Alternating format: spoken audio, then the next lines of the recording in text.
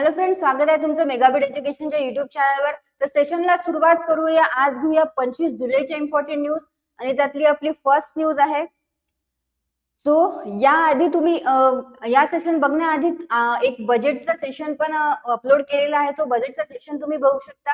Link इथे दिलेली आहे, सो तुम्ही बघू शकता. ओके, सो आता बघूया आपण न्यूज. सो फर्स्ट न्यूज आहे, राजस्थान गव्हर्नमेंट यांनी स्पेंड केलेले आहे ₹215 करोड. तर कशासाठी केलेले आहे? ते केलेले आहे एज्युकेशन स्कॉलरशिप स्कीम करता. एज्युकेशन स्कॉलरशिप स्कीम करता ₹215 करोड हे राजस्थान गव्हर्नमेंटनी स्पेंड केलेले आहेत.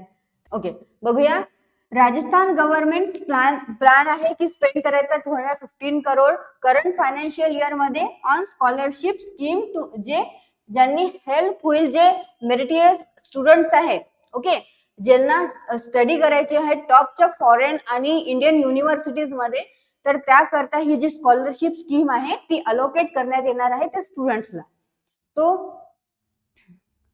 तर जी ही स्कीम आहे ती प्रिव्हियसली काँग्रेस गव्हर्नमेंटनी इन्स्टिट्यूट केलेली होती आणि त्याचं स्कीमचं नाव ठेवण्यात आलेलं होतं Rajiv Gandhi scholarship for academic excellence. पण आता त्या स्कीमचं जे नाव आहे ते रिनेम करण्यात आलेलं आहे, तर Swami Vivekananda scholarship for academic excellence. तर असं नाव आता त्याचं रिनेम करण्यात आलेलं आहे त्या स्कॉलरशिप स्कीमचं. 2021-22 मध्ये ही स्कीम जी आहे ती लॉन्च करण्यात आलेली होती. 73 स्टुडंट्सनी बेनिफिट घेतलेला होता या स्कीमचा आणि ओव्हर ₹5 करोड हे अलोकेट करण्यात आलेले होते. नंतर 2023-24 या वर्षी स्टेट गव्हर्नमेंटनी ₹107 करोड टोटल अलोकेट केलेले होते, स्पेंड केलेले होते. आणि जे नंबर ऑफ स्टुडंट्स आहे ज्यांनी बेनिफिट घेतलेला होता, तर त्यांचं राईज झालेलं आहे यावर्षी. तर 372 टोटल असे बेनिफिटेड स्टुडंट्स आहे ज्यांनी बेनिफिट घेतलेला होता. सो जे स्कॉलरशिप प्रोग्राम आहे ते make studying at top institution reality by covering living. तर जे स्कीम आहे ते स्कीम थ्रू जी धनराशी आहे तर ते कशा करता ते एक्सपेन्सेस यूज होणार आहे. सो त्याच्यामध्ये कव्हर होणार आहे living expenses, tuition fees, additional academic expenses. तो जे त्यांना जे अलोकेट होतात जे फंड्स, ते funds living expenses, tuition fees आणि ऍडिशनल अकॅडमिक एक्सपेन्सेस मध्ये यूज करण्यात येतात. सो जे स्टुडंट्स आहे जे त्या कॅटेगरी मध्ये येतात, तर त्यांना बेस्ड ऑन फॅमिली इन्कम वर कॅटेगरी मध्ये क्लासिफाईड करण्यात आलेला आहे. तर त्याच्यामध्ये आहे E1 म्हणजे ज्यांची 8 लाखापेक्षा 8 लाख पर इयर पेक्षा कमी आहे. Okay, income. E2 जे आहेत त्यांच्या फॅमिलीची इन्कम 8 लाख ते 25 लाखापर्यंत आहे पर इयरची, तर ते E2 मध्ये येतात. आणि E3 मध्ये जे येतात ते येतात 25 लाख पर इयर त्यांची इन्कम आहे आणि त्याच्यावर जी आहे तर ते E3 मध्ये येतात. सो असे क्लासिफाय करण्यात आलेले आहे त्या कॅटेगरीज त्यांच्या फॅमिलीच्या इन्कम वरनं. तर ही न्यूज आपली होती की राजस्थान गव्हर्नमेंटनी टोटल 215 करोड जे आहे ते अलोकेट केलेले आहे एज्युकेशन स्कॉलरशिप स्कीम मध्ये. Next, India rise to 82nd in Henley passport index. तर हेनले पासपोर्ट इंडेक्सचा जे लिस्ट असते, जी रँकिंग असते, तर त्यामध्ये इंडियाने राईज केलेला आहे टू 82nd लिस्ट मध्ये रँकिंग वर आहेत इंडिया. आणि gains visa free access to 58 countries. तर 58 कंट्रीज मध्ये आता विजा फ्री ट्रॅव्हल करू शकणार आहेत इंडियन. बघूया. तर सिग्निफिकंट बूस्ट एक मिळालेला आहे इंडियन ट्रॅव्हलर्सना, जे की हेनले पासपोर्ट इंडेक्स 2024 ची जी रँकिंग आहे त्यामध्ये इंडिया पासपोर्टचा आहे इंडियाचा पासपोर्टचा 82nd पोझिशनवर आहे. म्हणजे त्यामुळे 58 कंट्रीज मध्ये 58 फॉरेन डेस्टिनेशन्स वर इंडियन जे आहे ते ट्रॅव्हल करू शकणार आहे visa free. Popular tourist spots जे आहे जसे इंडोनेशिया, मालदीव, थायलंड, ह्या कंट्रीज मध्ये इंडियन पासपोर्ट होल्डर जे आहे ते visa free, without visa travel करू शकणार आहेत. Ranking places India alongside Senegal and Tajikistan. Okay, म्हणजे सेनेगल आणि ताझाकिस्तानची पण जी रँकिंग आहे ती 82nd आहे. Singapore has claim the title of world most powerful passport. तर सिंगापूरचा जो पासपोर्ट आहे तो वर्ल्ड मोस्ट पॉवरफुल पासपोर्ट आहे, जे की 195 कंट्रीज मध्ये सिंगापूरच्या पासपोर्ट थ्रू ट्रॅव्हल करू शकतात आहे सिंगापुरियन. ओके, नंतर France, Italy, Germany, Spain and Japan, तर हे सेकंड स्पॉटवर आहे. तर टोटल 192 कंट्रीज मध्ये 192 डेस्टिनेशन्स वर विजा फ्री ऍक्सेस करू शकणार आहेत फ्रान्स, इटली आणि जर्मनी, स्पेन आणि जापानचे जे पासपोर्ट होल्डर्स आहेत ते. नंतर Austria, Finland, Ireland, Luxembourg, the Netherland, south Korea, Sweden हे थर्ड स्पॉटवर आहे. म्हणजे ते 191 कंट्रीज मध्ये डेस्टिनेशन्स वर विजा फ्री ट्रॅव्हल करू शकतात. UK along side New Zealand, Norway, Belgium, Denmark आणि स्वित्झर्लंड, तर यांचा रँक 4th आहेत. ते ऑफर करतात 190 डेस्टिनेशन्स म्हणजे 190 कंट्रीज मध्ये visa free access. Okay, so हे आहे हेनली पासपोर्ट इंडेक्स जो आहे त्याची रँकिंग रिलीज झालेली आहे. सो इंडियाने राईज केलेला आहे यावर्षी. तर यावर्षी 82nd रँक आहे इंडियाचा, जे की पासपोर्टचा, म्हणजे 58 कंट्रीज मध्ये इंडियन पासपोर्ट होल्डर जे आहे, इंडिया पासपोर्ट होल्डर्स ते 58 कंट्रीज मध्ये ट्रॅव्हल करू शकतात विदाउट विजा फ्री. नेक्स्ट बघूया. ओके, नेक्स्ट आहे साऊथ कोरिया स्पेस एजन्सी. हे स्पेंड करणार आहेत 380.8 billion won. Okay, so South कोरियाची जी करन्सी आहे ती वॉन आहे. म्हणजेच 380.8 बिलियन वॉन जे आहे ते स्पेंड करणार आहेत स्पेस एजन्सीवर बिल्ड करण्यासाठी 3 इंडस्ट्रियल पार्क. बघूया. कोरियन एरोस्पेस ऍडमिनिस्ट्रेशन म्हणजेच कासा. ओके, सो कासा जे आहे त्यांनी अनाउन्स केलेलं आहे 380.8 बिलियन ची धनराशी, 380.8 बिलियन वॉन ची equivalent to 274.8 million. Okay, equivalent आहे 274.8 मिलियन डॉलरच्या.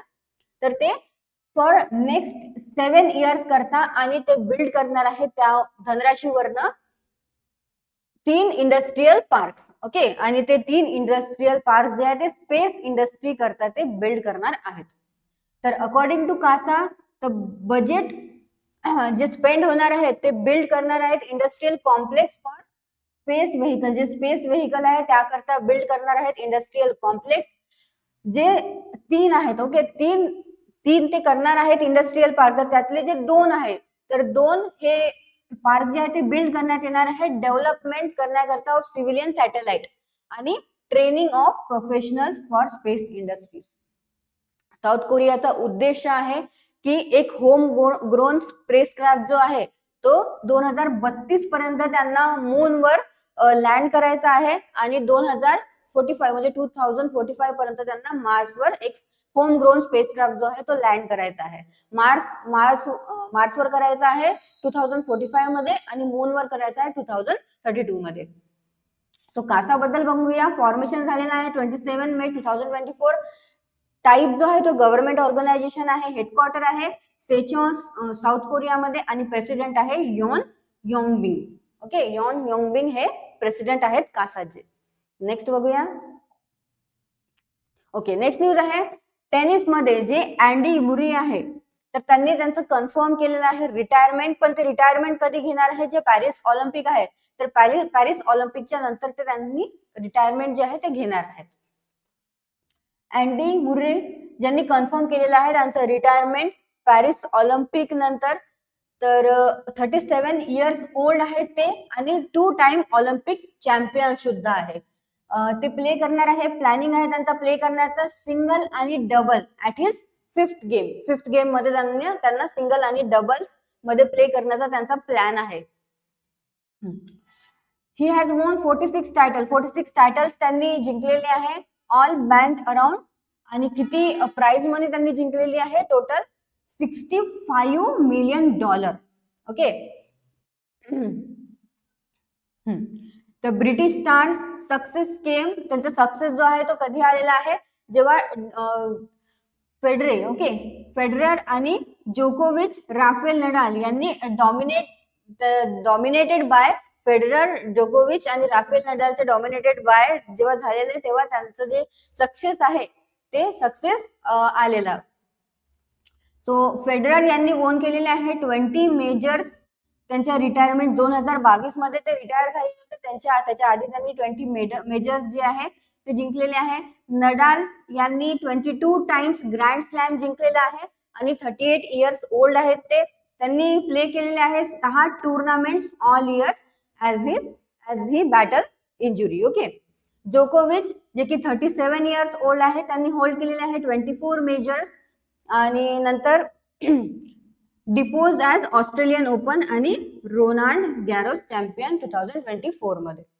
सो जे अँडी मुरे आहे तर टेनिस प्लेयर, त्यांनी रिटायरमेंट त्यांचं अनाऊन्स केलेलं आहे आणि या वर्षीचे जे पॅरिस ऑलिम्पिक आहे त्यानंतर ते रिटायरमेंट घेणार आहेत.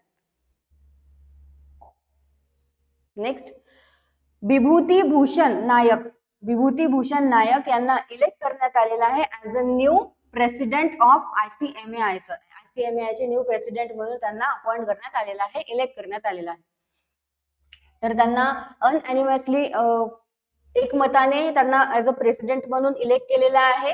Institute of post accountants of India म्हणजेच ICMAI चा फुल फॉर्म बघून घ्या एकदा आणखी. Institute of post accountants of India. तर याचा त्यांना प्रेसिडेंट इलेक्ट करण्यात आलेला आहे for a period of 2024 to 2025 या काळाकरता. त्यांनी सक्सीड केलेला आहे अश्विन दलवडी यांना. अश्विन दलवडी हे आधी त्या पोस्टवर होते प्रेसिडेंटच्या, तर त्यांना सक्सीड केलेला आहे. ते सक्सीड करणार आहेत आणि ते की 2023-24 च्या काळामध्ये ते प्रेसिडेंट होते. ओके. TCA श्रीनिवास प्रसाद यांना इलेक्ट करण्यात आलेला आहे व्हाईस प्रेसिडेंट म्हणून institute of post accountants of इंडियाचं 2024 आणि 2025 या काळाकरता. तर आता बघूया institute of cost accountants of India बद्दल काही स्टॅटिक बघून घेऊया. ओके. सो फॉर्मेशन कधी झालेलं आहे? 28 मे 1959 मध्ये फॉर्मेशन झालेलं आहे. सेक्रेटरी आहे CMA Kaushik Banerjee. Parent organisation आहे मिनिस्ट्री ऑफ कॉर्पोरेट अफेअर्स आणि गव्हर्नमेंट ऑफ इंडिया. ओके. हे आहे parent organisation.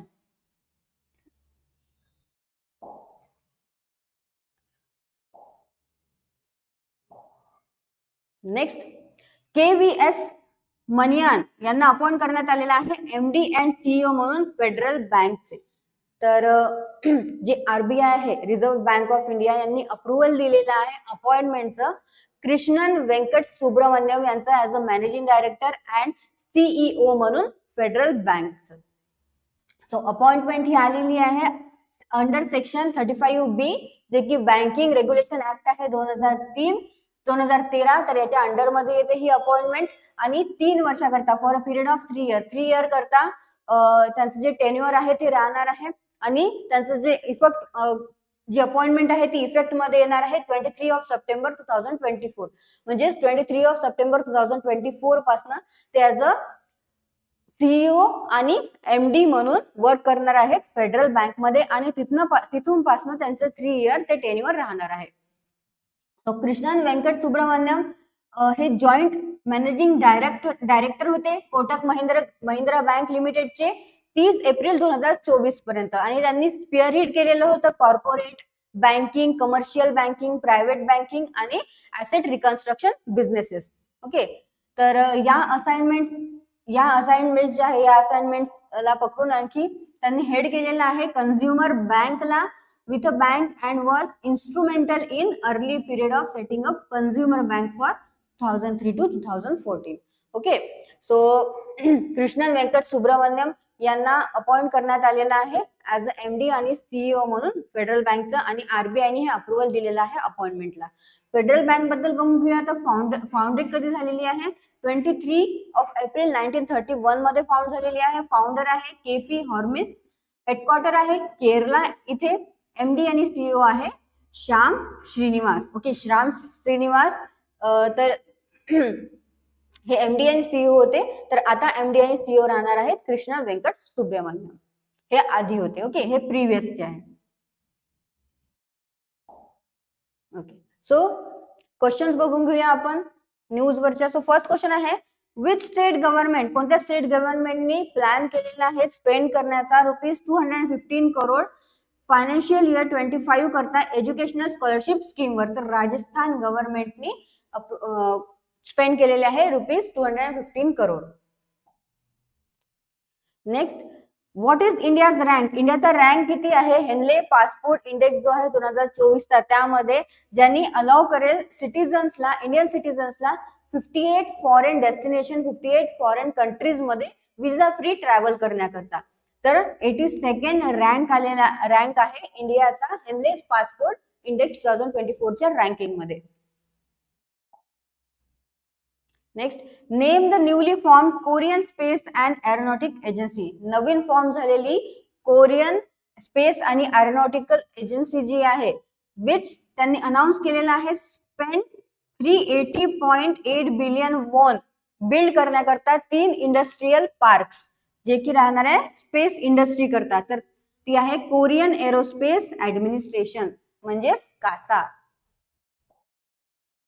Next, name the British professional, जे की टेनिस प्लेयर आहेत, त्यांनी अनाउन्स केलेलं आहे की ते रिटायर होणार आहेत पॅरिस ऑलिम्पिकच्या नंतर. त्यांनी त्यांची रिटायरमेंट अनाउन्स केलेली आहे. त्यांचं नाव आहे अँडी मुर्रे.